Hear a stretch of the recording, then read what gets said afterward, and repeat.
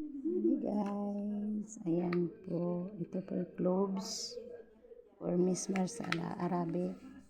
So, ito ang ginagawa ko guys, before ako matulog.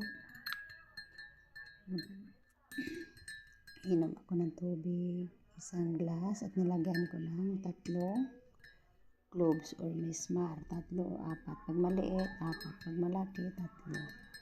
So, ganon ko lang siya guys. Until na warm siya, pwede na siya inumin. Tapos, pwede din dikdikin nyo. Gawin yung powder. Kahit 5.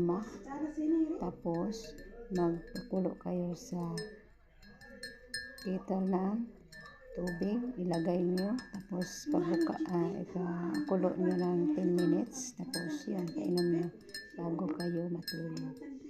Ayan po, depende po sa inyo kung basta mainit na tubig. Maganda yan sa katawan at mahimbing ang tulog mo. Sobra, promise. Totoo yan guys.